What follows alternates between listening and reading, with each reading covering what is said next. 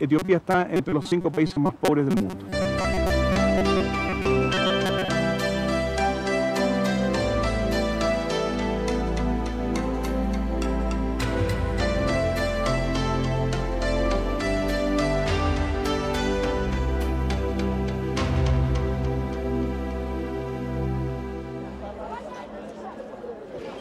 Etiopía está en el centro del mapamundi de la pobreza. Los datos cantan. La renta per cápita de un etíope es de $130 y su esperanza de vida de 43 años. La mayoría de los 61 millones de etíopes está incluida en los 800 millones de personas que, según la ONU, tienen sus estómagos vacíos. En los últimos 20 años, más de 1 millón de etíopes ha muerto de hambre y otro millón ha tenido que refugiarse en los países vecinos.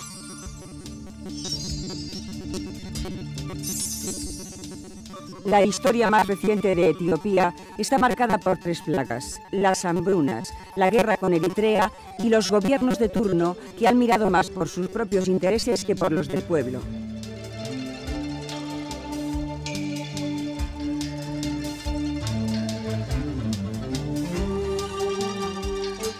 Etiopía es uno de los 5 países más pobres del mundo.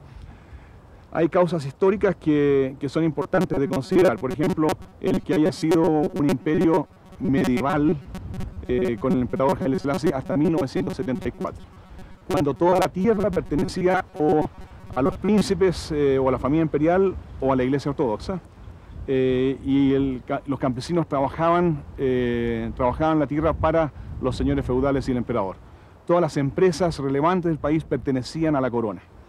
Vino la revolución del proletariado en 1974 y ¿qué es lo que pasó? Que se pasó de hecho la propiedad no al pueblo, sino al gobierno comunista del país, y que estuvo entre el año 74 y el año 89, donde se fueron esas platas. Un poco al desarrollo, pero la gran mayoría a la guerra.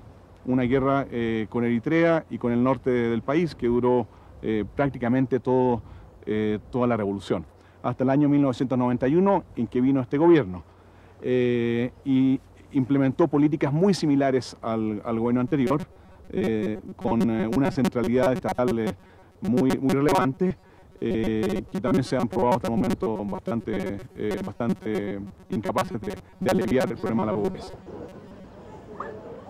Addis Abeba, la capital con 3 millones de habitantes, es el escaparate de la globalización de la pobreza en un país en el que sobrevivir es prácticamente un milagro diario. Su deuda externa supera los $10.000 millones, equivalente a $180 por persona.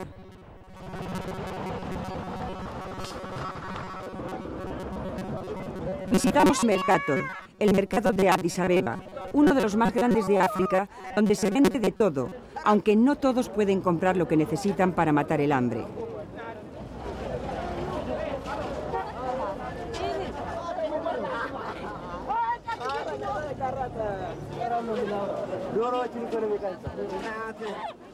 Entre la infinidad de puestos de venta, nos llamó la atención el de comida de segunda mano. Nos cuenta que hace 4 años un grupo de hombres y mujeres tuvo la feliz idea de acudir a los hoteles de la ciudad para que les diesen la comida sobrante con el fin de venderla en el mercado a precios populares. La comida de segunda mano consiste en la tradicional enjera, pan enrollado con salsas picantes y ocasionalmente con algo de carne. Los hombres van a recoger la comida a los restaurantes y las mujeres la venden en el mercado. El plato pequeño de comida cuesta 5 pesetas, el mediano 10 y el grande 20. Nuestro objetivo, nos dice Alemu, el jefecillo de la organización, es que los pobres tengan comida barata y las vendedoras puedan sacar a su familia adelante. Por eso acudieron a los hoteles para que les diesen la comida sobrante. El restaurante de los pobres también paga impuestos a los mafiosos que controlan el territorio del Mercator. El impuesto incluye la protección de las vendedoras y la vigilancia para que nadie se marche sin pagar.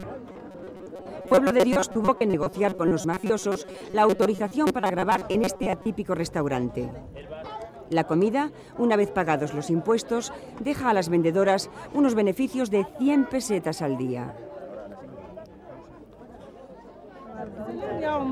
Biring nos cuenta que gracias a la comida de segunda mano, ella puede alimentar a sus hijos y pagar el alquiler de la casa. Y además hace que otras personas puedan comer algo, porque la gente pasa hambre. Dejamos Mercator para adentrarnos en los barrios de la ciudad. Este es el suburbio de Adenet. Los vecinos nos informan que viven miles de familias, aunque no saben cuántas, porque nadie, incluidas las autoridades gubernamentales, tiene mayor interés en saber su número exacto. Las cíclicas hambrunas producen grandes desplazamientos del campo a la ciudad, incrementando la población y la miseria de sus suburbios. Melad nos invita a conocer su vivienda, que consta de una habitación de 4 metros cuadrados por la que paga 250 pesetas de alquiler al mes. Vive con su hija de 12 años, que no va a la escuela por falta de dinero para pagar la matrícula y comprar libros y cuadernos. Melad no es una excepción. Su caso es similar al resto de las familias del suburbio.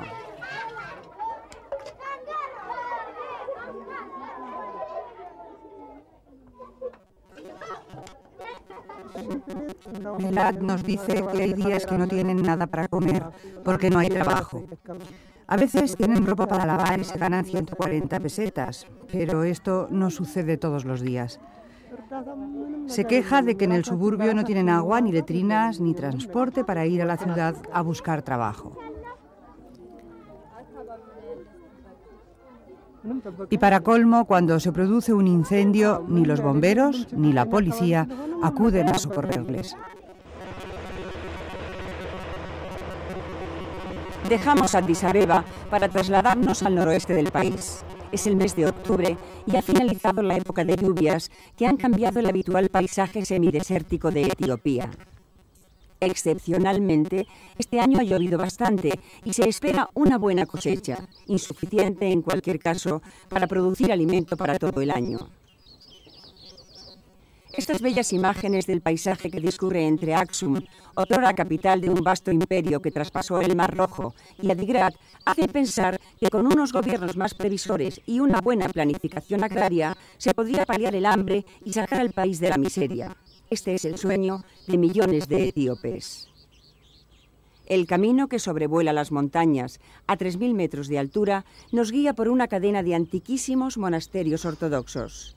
Los orígenes de la Iglesia ortodoxa en Etiopía se remontan al siglo IV. Nos dirigimos a Zalambesa, una ciudad fantasma en la frontera con Eritrea. La guerra ahuyentó a sus 30.000 habitantes y los edificios, casas, escuelas, clínicas y templos fueron destruidos uno a uno por los soldados eritreos. Tan solo se salvaría la catedral ortodoxa, porque los eritreos establecieron en ella su cuartel general. La zona fue minada y su metralla cegó la vida de 500 personas y mutiló a otros centenares más. En mayo de 1998, las milicias eritreas, en su lucha por la independencia, invadieron la zona y la población inició un éxodo que todavía no ha finalizado. 2 años después, estallaría la guerra entre ambos países. Fueron 6 meses de lucha fratricida que terminó con la firma de la independencia de Eritrea. En julio de 2000, la ONU envió 3.870 cascos azules a la frontera para garantizar el cumplimiento del armisticio, y ahí siguen todavía.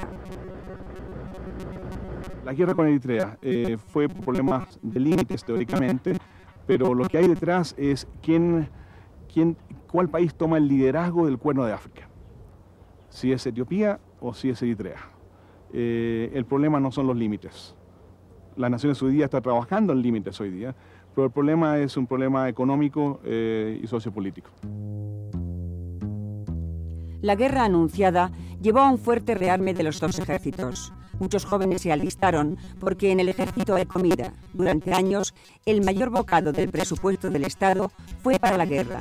Es lamentable constatar que para armamentos siempre hay dinero. En el haber de esta guerra fratricida hay que contabilizar los miles de muertos y desplazados en uno y otro país y los muertos por hambre como consecuencia del desvío de los fondos para el desarrollo a la compra de armas. Las fronteras entre Etiopía y Eritrea están cerradas, pero las heridas de la guerra siguen abiertas.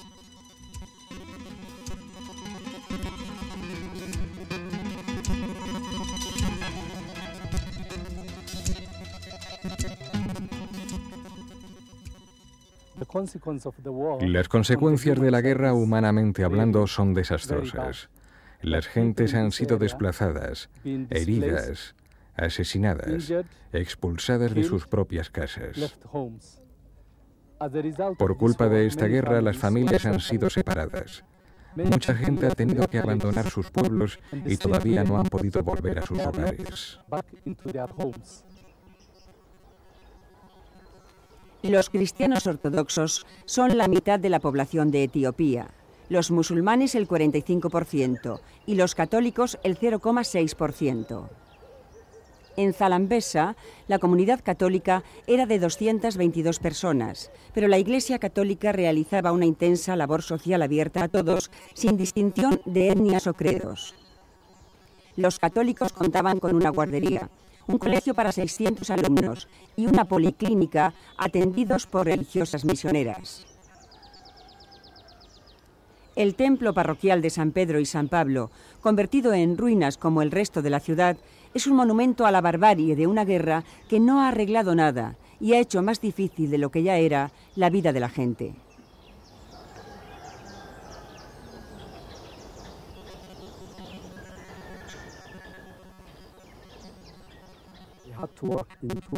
Ahora tenemos que trabajar en dos sentidos. En lo material, con las donaciones de los gobiernos y de las organizaciones internacionales, y en lo espiritual y pastoral, animando a la gente a pensar en su futuro, a olvidar la guerra, a restablecer las relaciones humanas y a reconstruir sus vidas con valor. Las misioneras no pudieron inaugurar el nuevo colegio, que prácticamente estaba terminado, porque la guerra lo redujo a escombros. La necesidad de escuelas era tan grande en Zalambesa que las religiosas, con ayuda del gobierno de Irlanda, se decidieron a construir un colegio con capacidad para 1000 alumnos. Solo le faltaba al país que la guerra destruyera las pocas escuelas que hay, cuando más del 60% de los niños y niñas están sin escolarizar. Las religiosas, para desdramatizar la situación, dicen que al menos se libraron de pagar las últimas facturas de la obra. Por lo que se ve, las aulas no están totalmente vacías. Hasta ahora, Manos Unidas nos ha ayudado en muchas actividades de nuestra diócesis y también en muchos otros lugares del país. La situación de muchos refugiados es tan dramática que algunos han preferido volver a Zalambesa y cobijarse en las ruinas de sus casas restauradas con plásticos. Otros no se atreven a volver por temor a que cuando se marchen los soldados de la ONU se reavive el conflicto. Por otra parte, se habla de que el gobierno no quiere que se reconstruya la ciudad para que sus ruinas queden como testigo de guerra. Los campos de la frontera estuvieron sembrados de minas y ahora, una vez desminados, los campesinos vuelven a cultivarlos. Durante 3 años no hubo cosechas.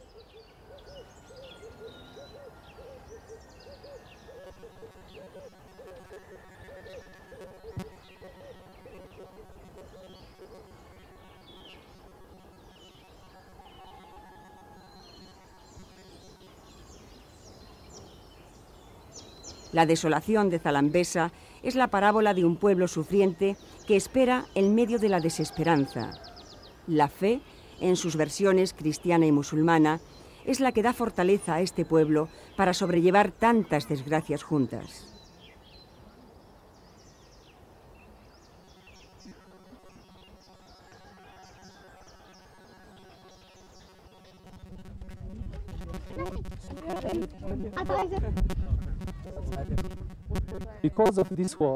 Por culpa de esta guerra, la gente humilde se ha visto sumida en un mar de dificultades.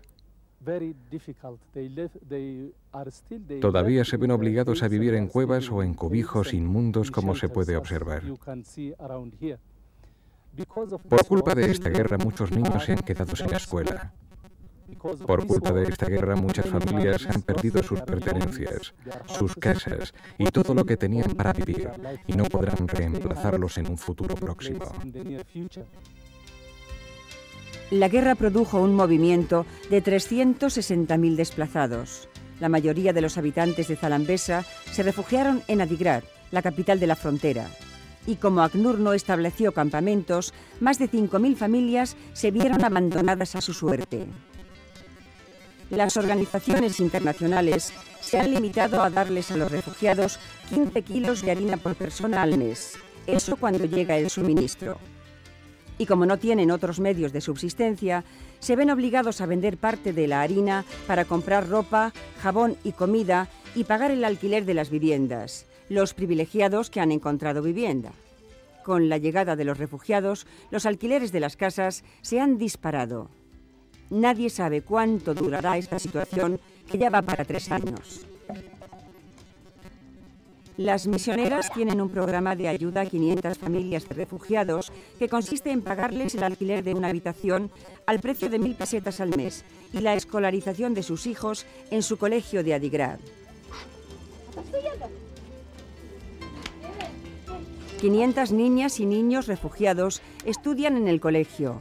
Además de los estudios, las religiosas les dan uniformes, libros, cuadernos, apoyo moral, cariño y desayuno, que para muchos es la única comida del día. Con hambre, las letras no entran. El colegio se ha convertido en un centro de vida y estudio para la convivencia y la paz entre las distintas etnias, culturas y religiones. El futuro de Etiopía tiene que empezar en las escuelas. Cada año alcanzan la edad escolar 1.200.000 niños y niñas y solo hay plazas para 200.000. Para solucionar el problema, habría que crear cada año 1.000 nuevos colegios y 20.000 maestros, una meta por el momento inalcanzable.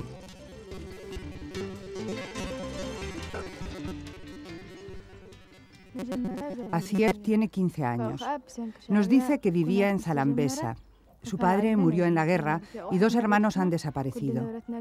Cree que están en Eritrea, pero no tiene noticias suyas. Su madre y ella se refugiaron en una cueva donde vivieron varios meses y pasaron mucha hambre. Ahora viven en Adigrad y está muy agradecida a las monjas porque les pagan el alquiler de la casa y porque la han admitido en su colegio. Le gusta estudiar y quisiera ser profesora. La guerra ha dejado huérfanos a muchos niños y niñas, algunos mutilados. Las misioneras han creado un programa especial para ellos que consiste en darles casa, comida y estudios. Los huérfanos viven agrupados por familias. Aquí viven 4 hermanos. Sus padres murieron de sida y las religiosas se hicieron cargo de ellos. Gilzawit es la mayor. Tiene 16 años y una pierna ortopédica que ha reemplazado a la que le segó una mina. Hay 20 huérfanos viviendo solos, sin padres y se manejan por sí mismos. Nosotras hacemos lo que podemos por ellos. Les pagamos el alquiler de la casa, les proporcionamos algo de comida y sobre todo les damos amistad, cuidados y cariño. Les ayudamos para que puedan vivir, estudiar y educarse. Gilzawit cuenta que ha sufrido mucho con la muerte de sus padres. Ahora ella hace de madre y padre de sus hermanos. Va a la escuela de las monjas y quiere estudiar para tener un futuro mejor y sacar adelante a sus hermanos. A Gilzawit le gustaría ser económicamente autosuficiente para no depender tanto de las monjas, a las que agradece todo lo que están haciendo por ella y por sus hermanos. Las misioneras, que se multiplican para hacer frente a tantas necesidades, no se han olvidado de las mujeres, otro importante colectivo de víctimas de la guerra. Muchas quedaron viudas y con hijos y han tenido que buscarse la vida como mejor han podido. Para ellas, las religiosas han creado talleres de aprendizaje y perfeccionamiento de sus habilidades tradicionales de hilado, tejido en algodón y confección de prendas de punto. 150 mujeres, la mayoría de ellas jóvenes, a quienes el hambre obligó a prostituirse, sobreviven con este trabajo. La hermana Virginia nos dice que las ventas en el mercado interior están muy mal, porque la gente no tiene dinero para comprar y por eso quisieran incorporarse a alguna red internacional de comercio justo. Las mujeres se han organizado en cooperativas para darle formalidad al trabajo y potenciar la comercialización de sus productos. Nuestra principal esperanza es que puedan comer y tengan paz en sus mentes y en sus corazones. Que puedan seguir viviendo con esperanza y tengan ganas de luchar a pesar de las dificultades. Almaz cuenta que vivía en Salambesa y cuando llegaron los soldados eritreos huyó con sus hermanos. Salieron sin nada y ella tuvo que prostituirse para conseguir comida y no morir de hambre. Agradece a las religiosas que le hayan conseguido un techo para cobijarse, le estén dando formación humana y laboral y un trabajo que le permite ganarse la vida dignamente. Nos dice que en los talleres necesitan ayuda para comprar telas e hilos porque no les llega el dinero. Lo que más me afecta personalmente es ver tanto sufrimiento humano, tantas familias destrozadas que lo han perdido todo. Me impresiona ver a toda esta pobre gente y trato de hacer todo lo posible para darles ánimo para vivir y alguna satisfacción para que tengan esperanza en su futuro. En Etiopía, Manos Unidas está financiando proyectos de desarrollo y ayuda humanitaria por una cantidad que supera los 150 millones de pesetas. Escuelas, dispensarios médicos, hospitales, centros de formación profesional y promoción de la mujer, comedores infantiles, son algunas de las obras de Manos Unidas en este país que se cuenta entre los más pobres del mundo.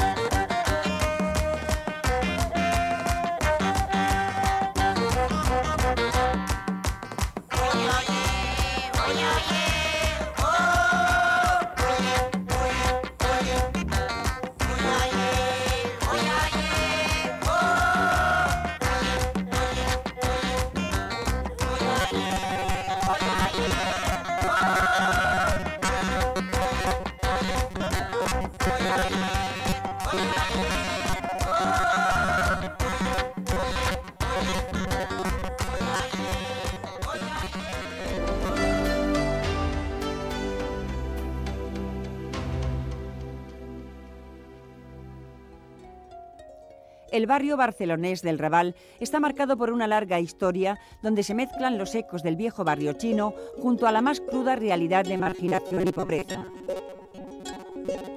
Las instituciones públicas quieren cambiar a marchas forzadas la imagen de este barrio que se encuentra a un paso del centro histórico y turístico de la ciudad. Pero en las calles del Raval, junto a antiguos colectivos marginales, conviven nuevos grupos de inmigrantes que han fijado en este lugar su residencia.